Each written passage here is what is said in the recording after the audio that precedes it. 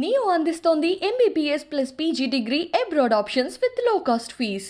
परमादरणीय प्रधानमंत्री जी, परमादरणीय राज्यपाल महोदय जी, कैबिनेट में मेरे सहयोगी किशन रेड्डी जी, आदरणीय बंडी संजय जी और उपस्थित सभी भाई और बहनों, आदरणीय प्रधानमंत्री जी के नेतृत्व में इस 9 साल की विशेषता रही है कि उन्होंने इंफ्रास्ट्रक्चर डेवलपमेंट के लिए हाईएस्ट प्रायोरिटी दी है। गति शक्ति योजना के द्वारा अलग अलग इंफ्रास्ट्रक्चर के प्रोजेक्ट्स में प्लानिंग से लेकर इम्प्लीमेंटेशन तक एक कोऑपरेशन, कोऑर्डिनेशन एंड कम्युनिकेशन भी प्रस्तापित हुआ है।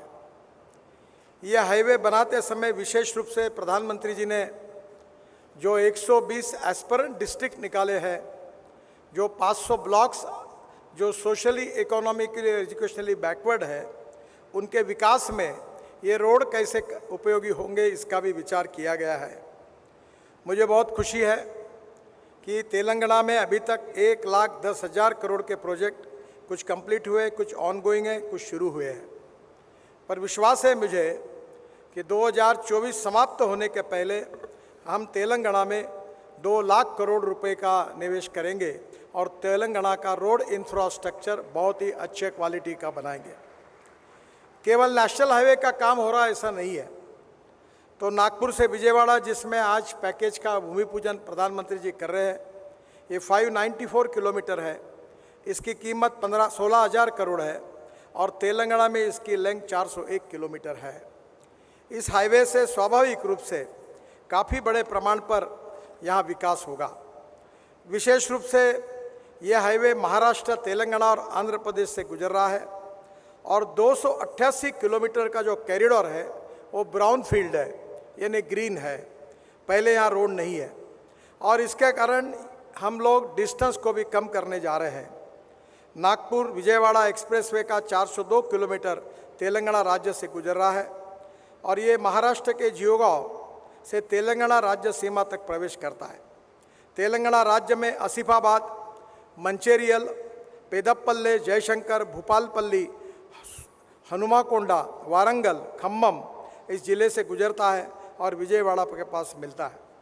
Singareni thermal plant, NTPC, Kaleshwaram lift सिंचाई परियोजना, खम्मम, वारंगल उद्योग, धार्मिक और पर्यटन स्थल, इसमें विशेष रूप से इसका उपयोग होने वाला है। मुझे बहुत खुशी है कि जो इंडस्ट्रियल क्लस्टर्स है, लॉजिस्टिक पार्क है, पोर्ट के लिए माल भेजना है, उसके कारण निश्चित रूप से एक्सपोर्ट और इंपोर्ट में भी इससे काफ़ी सुविधा प्राप्त होगी।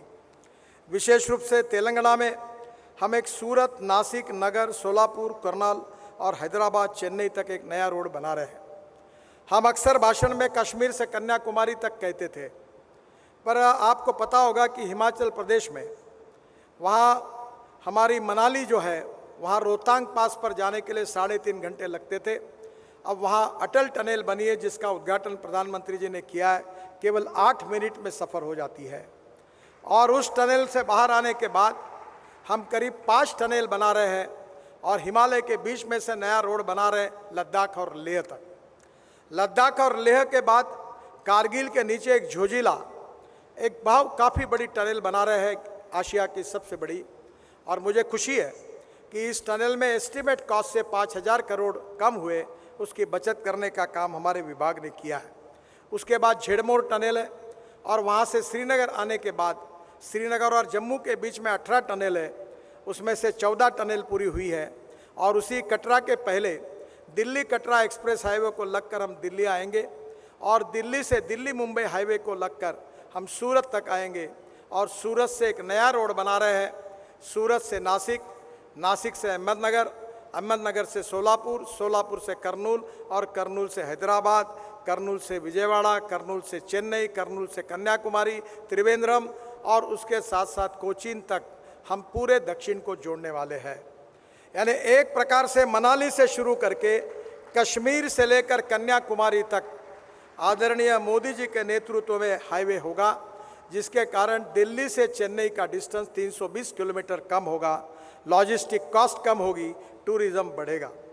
हैदराबाद से विशाखापट्टनम 221 किलोमीटर 7,000 करोड़ का रोड हम बना रहे, जो तेलंगाना में 164 किलोमीटर है। इंदौर से हैदराबाद ये नया एक्सप्रेस हाईवे बना रहे ग्रीनफील्ड, वो 787 किलोमीटर है, 18,000 करोड़ का।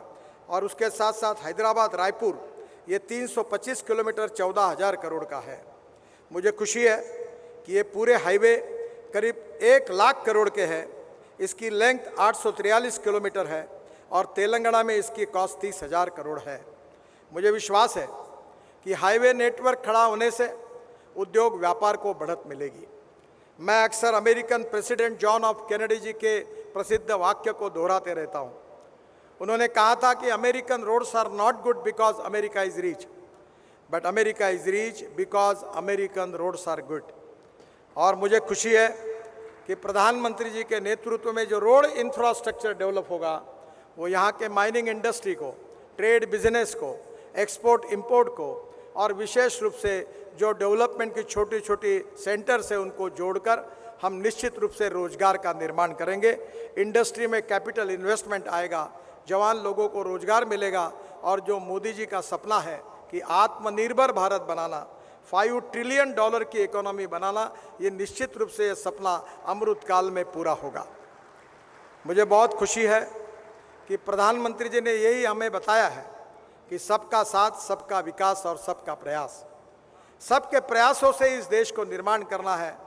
हमने सभी राज्यों के साथ न्याय करते हुए देश के इंफ्रास्ट्रक्चर को इंटरनेशनल स्टैंडर्ड का डेवलप करने की कोशिश की है और उसी से देश के विकास में 4 चांद तो लगेंगे ही, पर हमारा रोड इंफ्रास्ट्रक्चर धीरे धीरे वर्ल्ड स्टैंडर्ड का बनेगा।